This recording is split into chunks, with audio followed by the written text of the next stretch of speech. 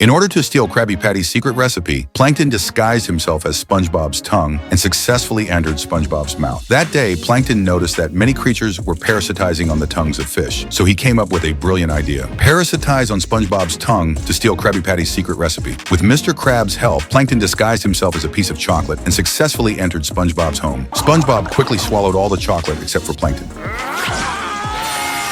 As Plankton was about to leave, SpongeBob stepped on him, mistaking him for gum, and put him in his mouth. In the commotion, he pulled out some glue and stuck himself to SpongeBob's tongue. When they entered the Krusty Krab, the strong breath almost made Squidward faint. SpongeBob had to spray some breath freshener. Then he discovered that all the hamburger patties in the kitchen were gone. New ones had to be made according to the recipe. This news excited Mr. Plankton, but he didn't realize that the ingredient buckets in the kitchen only had numbers on them. He had no idea what the recipe was. After SpongeBob made the patties, he took a bite. Mr. Plankton couldn't wait to steal a taste. However, SpongeBob was confused. Today's patties were not only bland, but also had a strong fishy smell. He added various seasonings to the hamburger patties and took another bite. Mr. Plankton was immediately knocked out by the pungent smell. Meanwhile, the inedible burgers left the customers very dissatisfied. They began to leave Krusty Krab one after another. The crab boss, who was taking a break, immediately sensed the crisis. He pried open SpongeBob's mouth and discovered the problem was with his tongue. The crab boss warned SpongeBob that until his sense of taste returned, he must not set foot in Krusty Krab again. Patrick suggested SpongeBob brush his tongue, so SpongeBob immediately went home, scrubbed his tongue vigorously with soap, and then went to the car wash for further cleaning. But his sense of taste still hadn't returned, so he decided to get a new tongue. Just then, Patrick arrived, wanting to borrow SpongeBob's old tongue for the annual banana eating challenge.